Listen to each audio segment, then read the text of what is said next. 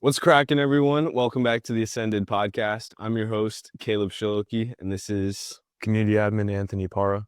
this week. We're diving into the trends shaping our digital and real worlds, exploring the economic shifts impacting our future, and breaking down critical insights for your health and personal growth. We're bringing you signal, not noise. So let's lock in. Today, we're going to be talking about something interesting first, a trend that has continuously came back. The Roman Empire trend has yet again made another resurgence. You know, the one where women ask the men in their lives how often they think about the Roman Empire, and the answer is usually way too much, right? It's back this week, but with a twist. People are now sharing their own Roman Empire experiences, those little obscure niche things that they just can't stop thinking about. Have you seen the latest wave of this trend, and does it feel more relatable this time around? Or Anthony, what do you think is your Roman Empire moment? Oh man, I've never even heard of this trend to begin with. I must not be as in touch with the times as I think I am. Too busy getting the gains, that's why. Yeah, I guess so.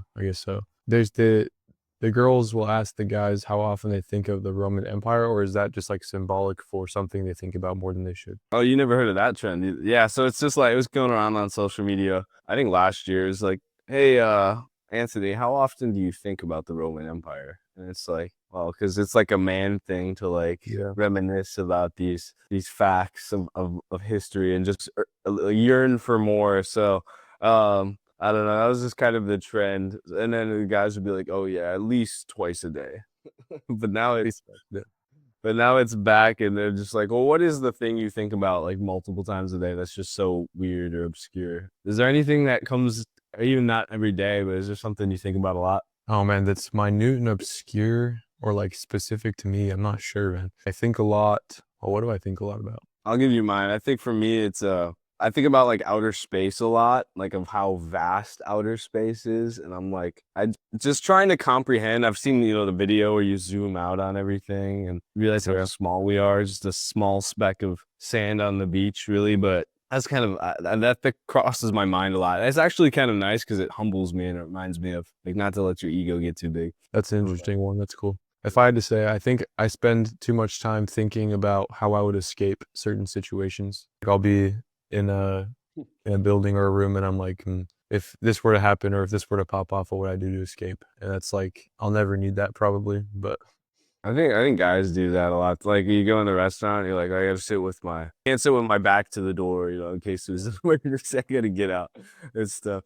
I mean, like as I wrote it down here, I mean, on one hand, it's just a light, fun meme, essentially. On the other, it's kind of cool to uncover those deeply hidden insights and interests that kind of make us all unique. Because again, whatever you think about isn't what someone else thinks about. And it's kind of cool just to understand kind of our default thought processes about things. So again, to everyone else listening, I'd love to know what your Roman Empire is. If you're watching on YouTube or in the community, just drop it down below. But yeah, it's just an interesting little thought bubble, and again, something fun to start. We're gonna go to our second piece of viral news. We're gonna talk about something that's really just been going viral this week, touching on kind of an old but now increasingly modern question. What happens to your life after you die? But in this context, we're talking about your digital life. We're seeing a massive increase in conversations, articles, and even new services emerging around the concepts of a digital legacy. Your social media profiles, emails, cloud photos, online accounts, and even cryptocurrencies. Have you ever stopped to consider what happens to all of the data when you're gone?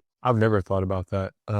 I think that we might not even really be to a point where generations have to worry about that. I think it's just like certain people in the older generations. But that's super strange to think about because I mean, that's like how these large companies make their money is by selling and transferring our data to better tailor our algorithms, right? But I'm sure you're going to bring something up about what they plan to do. Yeah, I will. But, I was just thinking about it initially, and it's in some ways it's nice. In some ways it's a little bit eerie because what's on the internet will kind of stay out there forever. Obviously, leave the best impact you have. And I think too, just the basic fact of that we know there will be a digital legacy and things will always kind of stay out there in some way.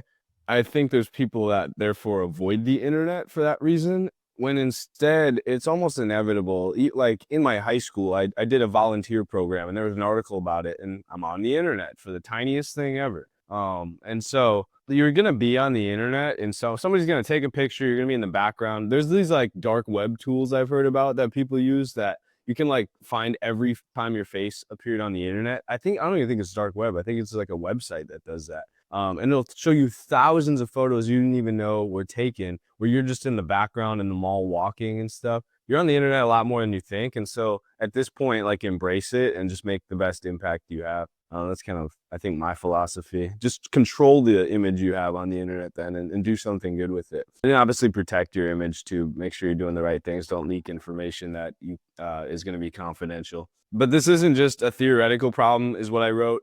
With virtually every aspect of our lives online, a digital legacy is becoming as complex as physical estate. According to recent reports from the Digital Legacy Association, yes, that's a real thing, awareness around digital legacy has increased significantly. Platforms like Google, Facebook, and Apple now offer legacy contact or inactive account manager features, but many people don't use them, leaving their digital footprints in essentially like a limbo state. So what's your gut reaction to having your online presence continue when you're no longer here? Obviously, it won't bother me, but I think I guess I just don't really understand the purpose behind that. Like, why would that be? Who would benefit from doing that? Yeah, and for example, I had someone in high school that I think right after graduation they passed away. They got in like a car accident, and so you'd always see people go like on their Instagram after they passed away, and, like leave a bunch of comments and like leave kind of their final thoughts, kind of turned into like a little bit of a memorial. I know some people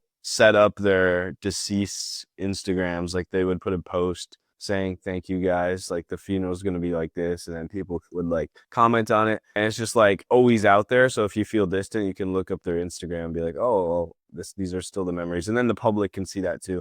But again, it's more of like what your preference is for that. Do you think, Sure.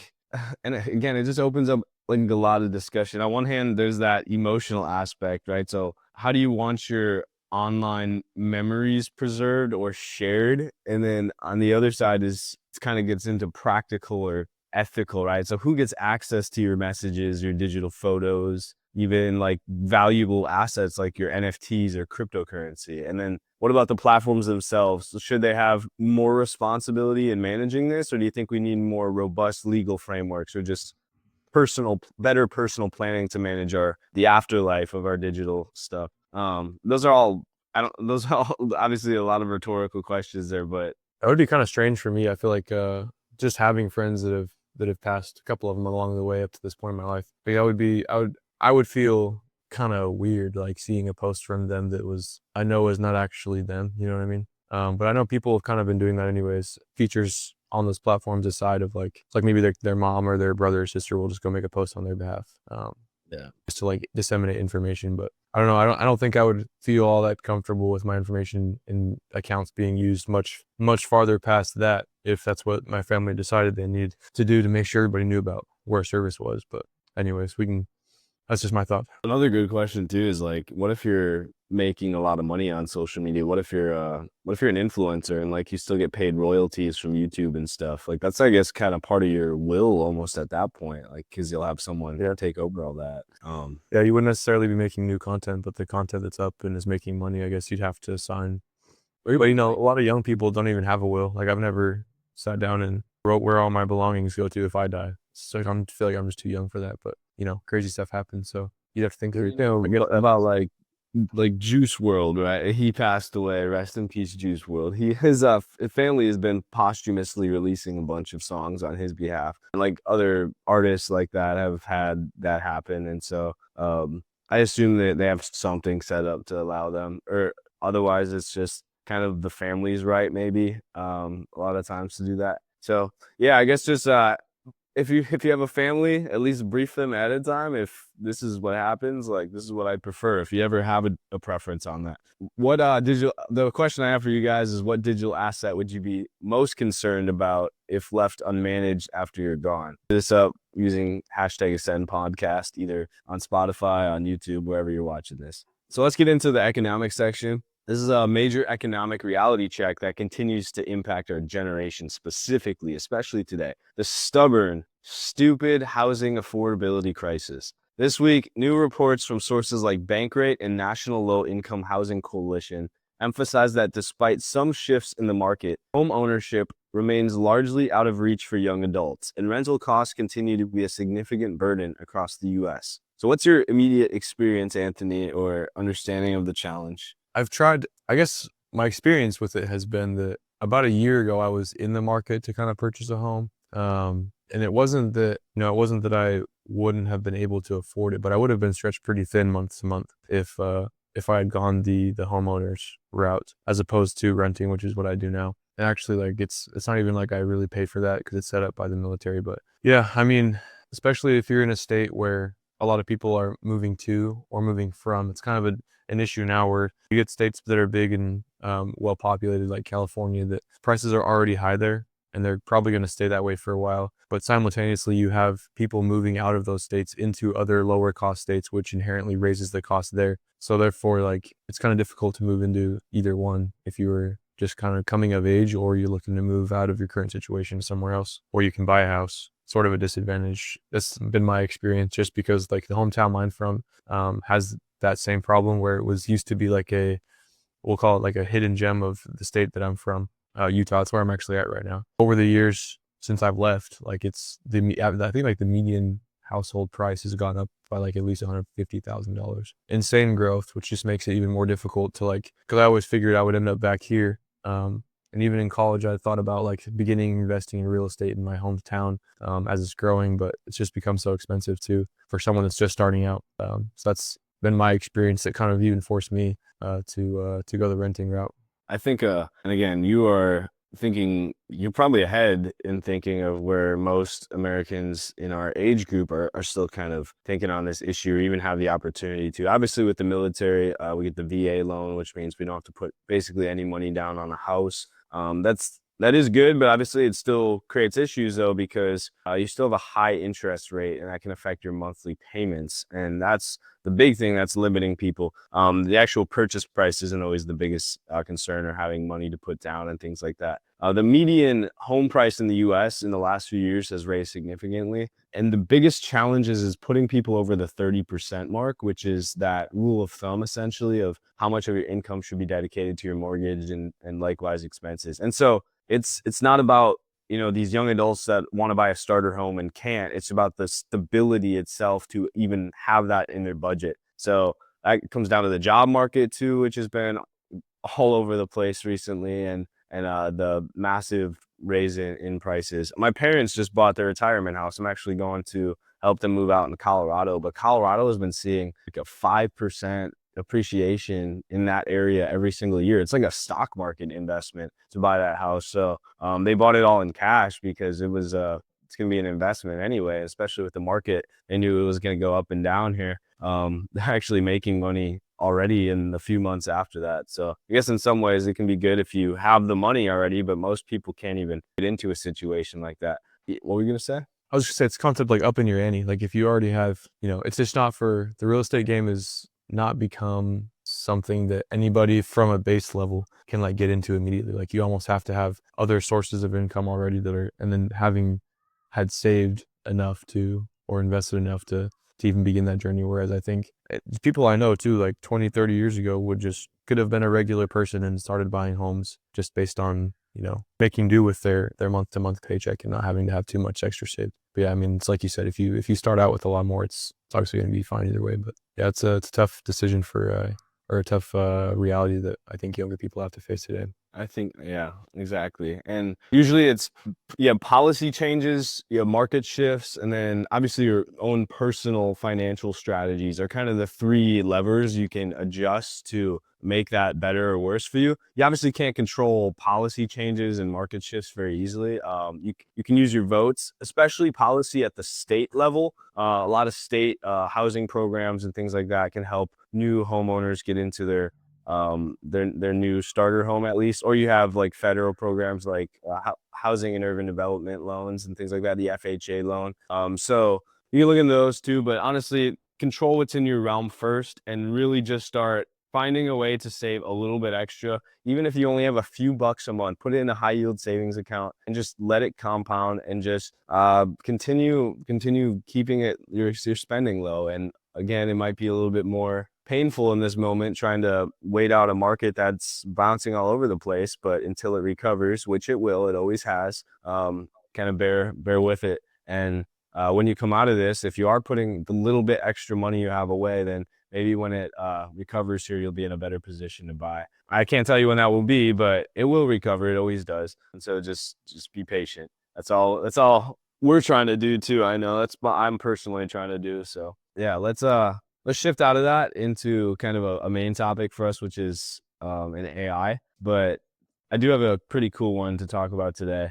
Something that isn't necessarily pleasant like the last one, but it has a big impact. Things are moving faster than ever with AI development, and this week we're going to cover a huge conversation on the dark side of AI and the rapid progress with that too. The alarming rise of AI-generated misinformation and deepfakes, which you're seeing a lot more of now. So from fake images of public figures to AI-generated voices used in scams, the ease of which convincing, deceptive content can be created is sparking massive debate and concern. What do you think is the first thought that comes in your head when you hear of this AI-generated stuff? What do you think the biggest issues with it are? I think, well, this is already a concept that's proven to exist without AI before this was like a popular thing, which is the concept of like misinformation being spread for political gain. There's some statistic that says there's a shockingly large percentage of accounts on like the platform X, previously known as Twitter, that are like fake. Like they're just bot accounts that engaging in, so they're kind of difficult to track back to original users, like who owns the accounts, but they're engaging with like in like arguments or posting things that are not necessarily true or twisting the truth, seemingly in an effort to like gain a reaction or just spark arguments between other users that are actually real users. And so that's what I first think about now, is like where there's a capability for this AI model to actually have conversations with people, and it's not having to be like pre-programmed responses or monitored by a human. That could be potentially polarizing online in the social media realm, just because not only can they spread the misinformation, but then they can also like start arguments and cause tensions between types of people and people with different backgrounds and places, all just by means of the one bot, where it's like it's able to understand concepts and know more about, and like not, it's learning too. It's learning about the people and what they have to say. I think that's crazy too. So in application to the problem we already have, it's like for political gain or for just radicalization or polarization of people through the use of social media, I think that AI is only going to bolster that and make it easier, just like it does for anything else that's good. Yeah. And that's a problem too we even personally face with Ascend to creating AI-based automation tools, especially ones that can close sales calls for you and sales deals. You have to be very careful of the fact that you can't have an AI misinforming people about your service. And a lot of time, let me go over the difference real quick again for those that don't know. There's disinformation and there's misinformation. Misinformation is giving the wrong information and not being accurate information. Disinformation is intentional misleading of people believe something, which is the bigger problem here, obviously, because there's motive behind that. People are trying to use it, and that's where you get scammers, people using your son or daughter's voice against you to get money out of you on the phone, things like that. And misinformation can be equally as dangerous because the impact can be the same. But obviously, people that are going to disinform people can clearly have larger plays at hand instead of just smaller effects that come out of misinformation. I think AI is becoming more efficient in spreading knowledge, but also just the more knowledge there's naturally going to be more falsehoods. But the real question, Anthony, and I kind of want your thoughts on this, is whose responsibility is it to control this? Do you think it's like the places they show up themselves? Do you think it's the places that the AI is generated, like ChatGPT, or do you think it's when someone views it, like on Facebook or on the outside of it, or do you think it's somewhere in between that it should be regulated, or do you think it should not be regulated? I don't know. That's a fine line. Just because, at least in the country we live in, free speech is it's an expectation for a lot of people, and so AI is just a tool by which you're enhancing what is already free speech. It's kind of hard to say that you can't use it for whatever you want to use it for. But just like anything else, like the Second Amendment, also in the United States, the right to bear arms, like there's like you have the right to bear arms, but there's regulations as to like how you can use them and when. and what kinds, right? So I think it might have to be something along those lines where it's like maybe you can use it, but if you're like, if it's, and this kind of ties into, I don't really know exactly who would be responsible for deciding this, but it'd be a big responsibility and a big ask to come up with the guidelines, all of people that are using AI tools. It basically says something along the lines of, if this is with malintent and if your use is simply just to spread disinformation, and polarize people using your tool. I don't know. I also don't know really how you would even augment that, or audit rather. Like, how would you even making sure that this didn't happen? It would have to be something similar to like censorship online, which I know I'm not really a proponent of either way. So Let me ask you this question, because this is I think we're both philosophical here a lot of times. And do you think AI should be able to tell white lies if it was for a greater purpose, like a greater good, or do you think it should have to tell the truth if that's what you're asking it for? I think we should keep it as close to the original. It's like, I think of it like it's a computer. Like AI can only, supposedly originally it could only do what it's programmed to do, which is what a computer does as well. And I know that because it learns based on its own experience, that it's probably already gotten to a point where it can perform outside the bounds of what is programmed. I think ideally, I don't know, because then it's like, who defines what the white lies are? Like, who defines what's for the greater good?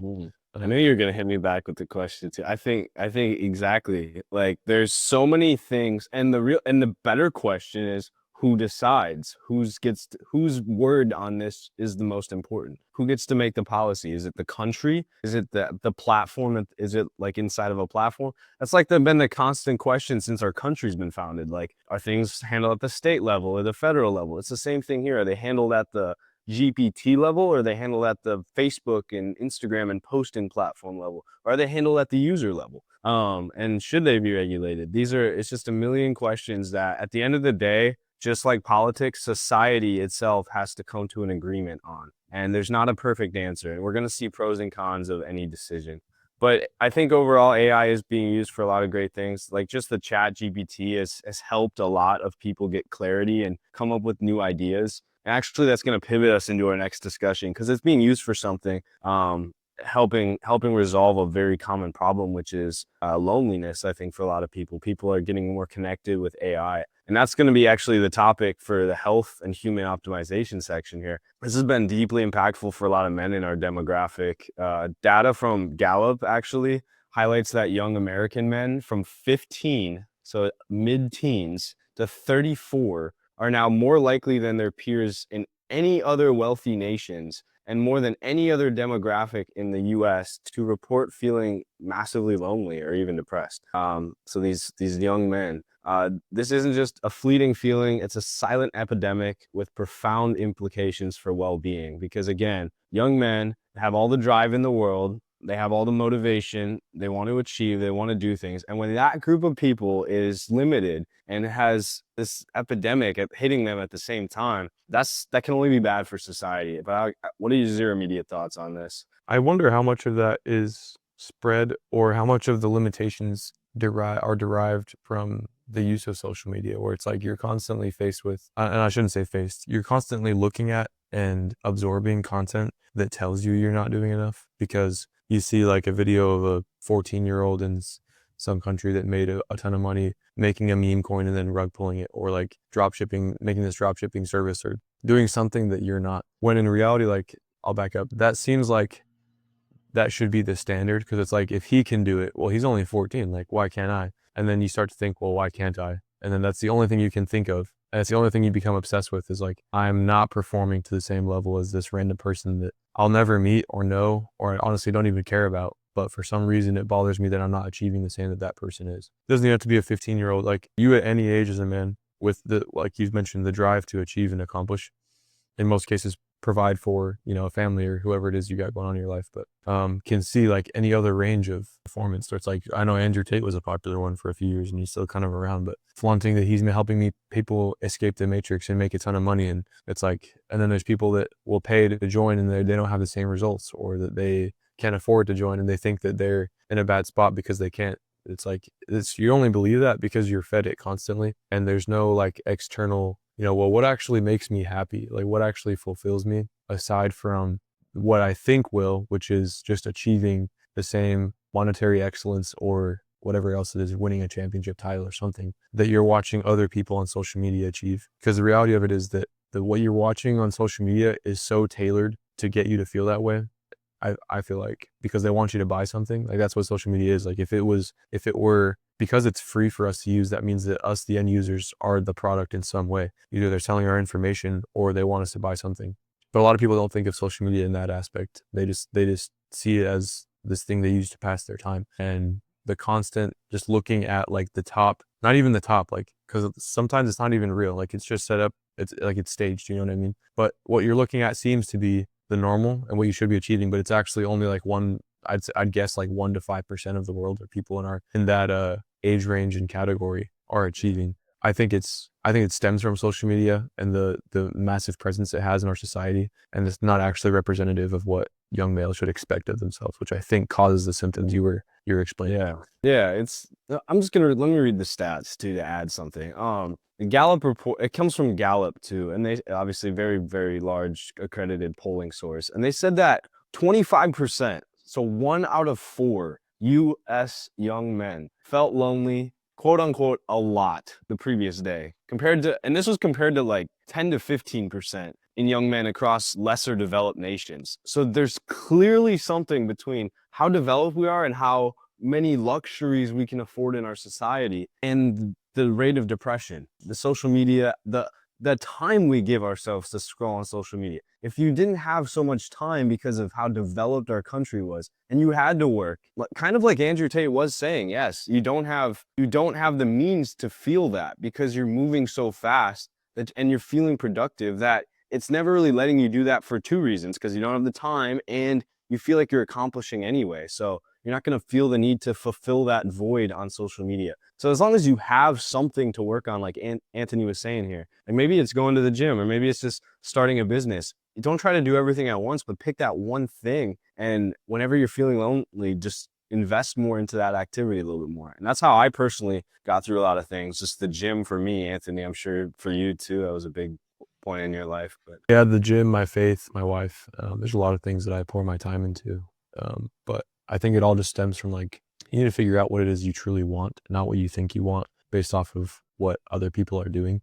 Just like you said, choose one thing that might help me bring myself closer to that end point in some form or another, and pour your time into that. you just gave me the perfect kind of alley-oop for our personal development section too, because that's kind of on that fact of how distracting social media can be. And so let's wrap up today, I guess, in this shorter lesson with something everyone is dealing with. I guarantee if you're listening to this, because of the reason you're listening to this, you're probably dealing with this. The shrinking attention span in our hyper-connected world. This week, new reports, including recent findings from the Economic Times, reveal that the average person's ability to focus on a single screen has plummeted to 47 seconds, down from 2.5 minutes in 2004. So I don't even know what that is. 2.5 minutes is 150 seconds to 47. So it's been cut by 2/3 in 20 years. This isn't about distractions. It's about our brains being rewired for constant pings, sounds, posts, and notifications. So what's your immediate reaction, Anthony, to hearing how short our attention spans have become? Oh man, sometimes that's me. A lot of times that's me. Get caught on Instagram Reels or even just doing stuff within the community. And I'm just sitting there doing my work, and then I get something from Whop, or I get something from email, and yeah, that's absolutely me. My attention span is pretty short, but I think it's just because of before I had like it started definitely because of the Reels option on like Instagram, and TikTok originally too, when I had probably like 5 years ago. But I think that's what it stems from for me. It was like notifications and all that have like been a developing problem since the iPhone came out, Yeah. or even since like the internet was a thing and there was email. But I think the bigger problem, like the thing that's been exponentially pushing this issue, is the Reels option, or like the option to just see something that is so specifically tailored to what it knows I will like to watch, like constantly. And like the average length that for like the industry, like the average amount of time people watch anything is like not that long at all. It's like seconds. Even if it's something interesting, like they'll watch and watch and watch till they feel bored, and it's the next thing. And then it takes essentially no work other than a swipe of the finger to like see something else that you are going to find super funny or super interesting, or whatever it is that captures your attention, but the algorithm knows. And I think the reels and like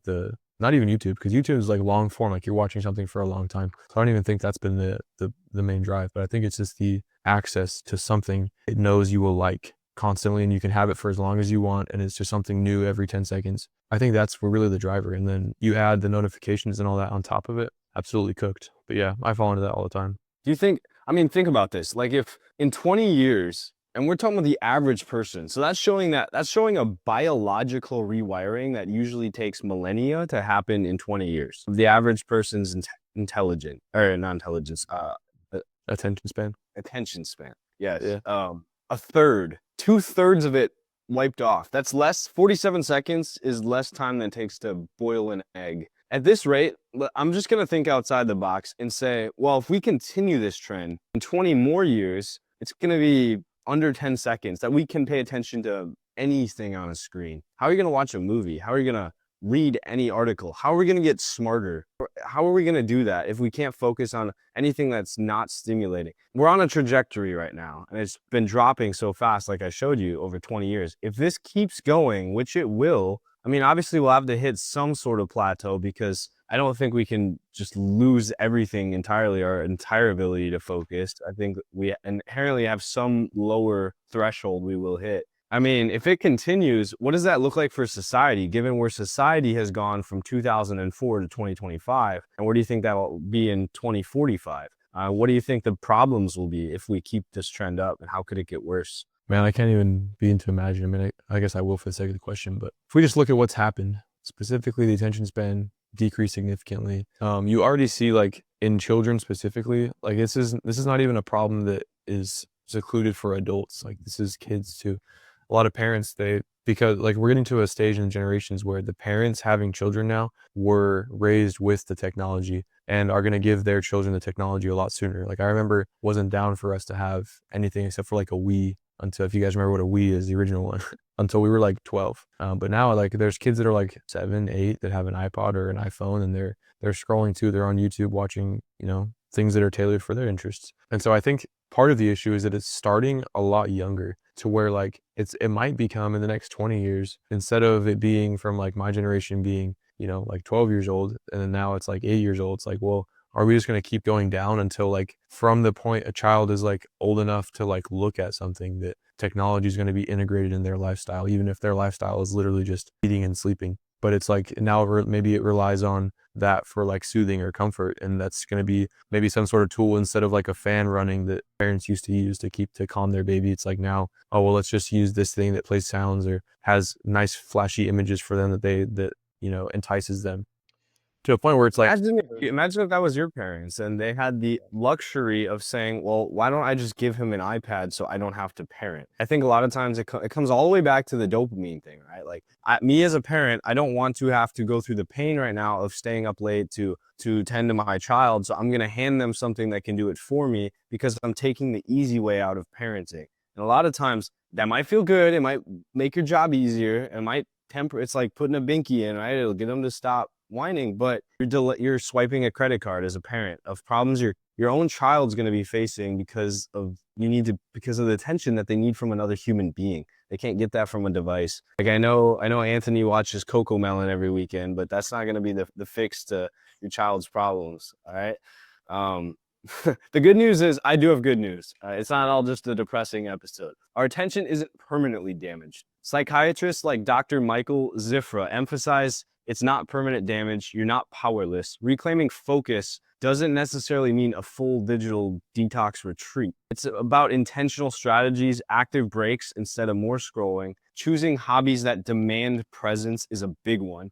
Learning delayed gratification is another big one. And taking control of notifications, which we talked about last week, just turning them off on your phone for apps you don't need. Actually, like 6 of them just went off while you were talking last. I had to turn my silencer on. This isn't about self-improvement. It's about mental resilience in a world designed to fragment our attention. Anthony, for you, what's one practical step that you personally are going to take this week to actively fight back against your own digital distractions, since we know that we both have problems with it? I'll give you mine after. I think one that I've been trying to implement that I haven't been well on, and then I just took a vacation, so now I'm definitely not well on, but is instead of like, if I have a period of downtime where it's like, okay, I finished my work.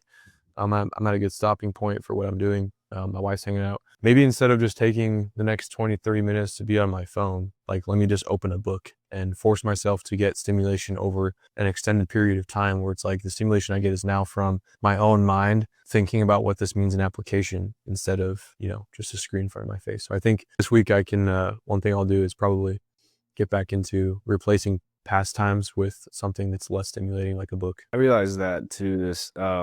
Obviously, Anthony, you know that 2 days ago, my grandmother passed away. It was a very difficult time for me. And so I had to process, obviously, a lot of emotions. And I think I was thinking about this a lot after the fact. It was actually very hard for me to sit and just like process things in a room without my phone, without wanting to go watch a TV show, put on a movie, just go work on something, swipe or scroll. And I was like, why is it so hard for me to just sit and process my own emotions? And again, like maybe that's leading to loneliness because people are bottling things up. It's because the ease of having these distractions, the junk food to binge on, the movies, Netflix, it's so easy in these developed countries like the one we have. You have to actively choose discomfort, which is, we talked about, way harder to do than if your dopamine delayed gratification is not really there. To go put yourself in a situation where it's only you and your thoughts. And those are a lot of times uncomfortable thoughts you have to face to get better. That's where all of personal development is.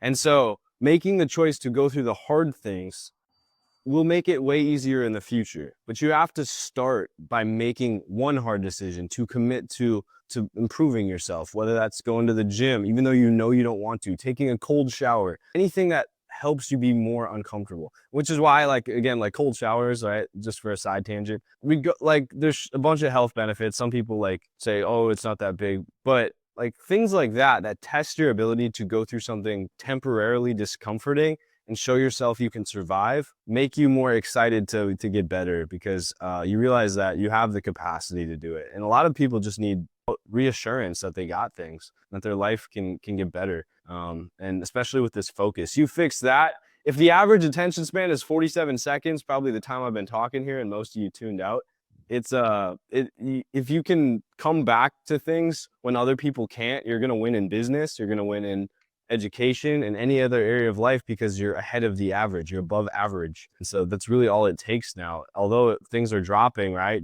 If you're trying to be successful, that's where you have to be. Well, society figures its shit out. I like that. I think this is a good wrap on this week's mission, but we covered, let me look back, AI, infrastructure, TikTok's stuff, and that was actually last week we talked about TikTok. This week was we talked about the TikTok trend of the Roman Empire. We talked about male loneliness, right? We talked about the misinformation versus disinformation of AI. We talked about real estate, our attention span, quite a few pretty impactful topics on society. And obviously how to take control over your brain is such a big thing that affects all of these decisions. I mean, if you got value from this, please don't keep it to yourself. Hit the follow, subscribe, and you're ready to go from the listener to the operator. That's why we're here. That's why I'm wearing my Ascend hoodie right now.